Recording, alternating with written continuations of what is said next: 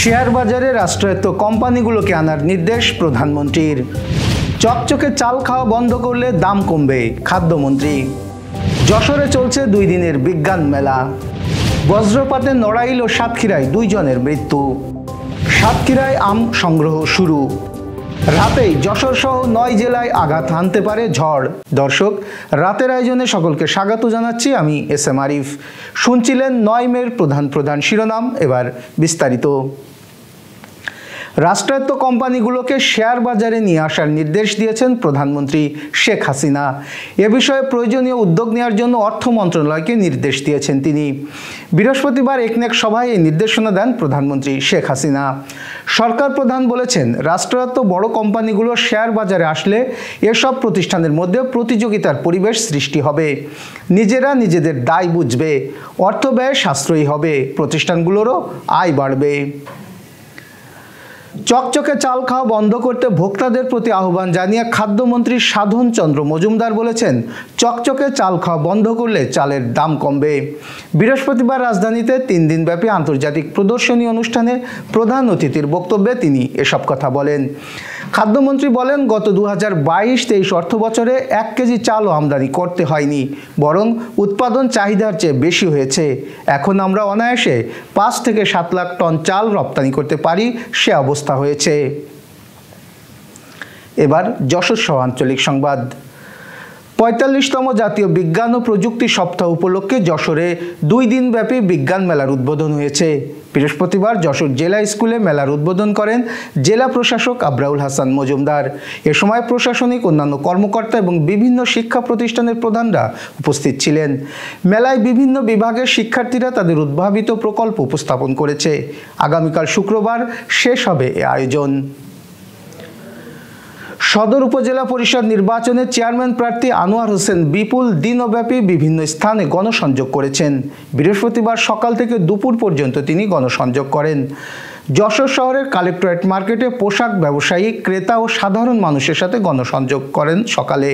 এছাড়া বিকেলে রামনগর ইউনিয়নে গণসংযোগ করেন তিনি। আজ বজ্রপাতে সাতক্ষীরা ও নড়াইলে 2 জনের মৃত্যু হয়েছে। দুপুর 1:30টার দিকে সাতক্ষীরা কালীগঞ্জ উপজেলার কৃষ্ণনগর ইউনিয়নের রামনগর গ্রামে শিমুল হোসেন নামে এক কিশোর বৃষ্টির মধ্যে বাড়ির পাশে বিলে ছাগল আনতে গেলে বজ্রপাতে তার মৃত্যু হয়। এদিকে নড়াইলের লোহাগড়া উপজেলার মাঠে কাটা ধান গুছিয়ে রেখে বাড়ি ফেরার পথে মজিবুর রহমান নামে এক কৃষকের মৃত্যু হয়েছে। বৃহস্পতিবার বিকেলে লক্ষ্মীপাশা ইউনিয়নের উলা গ্রামে এ ঘটনা ঘটে। Renaissance hospital and diagnostic centre. রেনেসাতেই মিলছে কম খরচে উন্নত সেবা, তাই নিশ্চিন্তে আমাদের সেবা নিন, সুস্থ থাকুন। Renaissance hospital and diagnostic centre, সদর হাসপাতাল মোড়, দরাটানা, যশোর। আমের গুণগত মান বজায় রেখে নিরাপদে আম বাজারজাত করতে সাতক্ষীরা জেলা প্রশাসনের বেঁধে দেওয়া নির্ধারিত সময় অনুযায়ী জেলায় আম সংগ্রহের উদ্বোধন করা হয়েছে।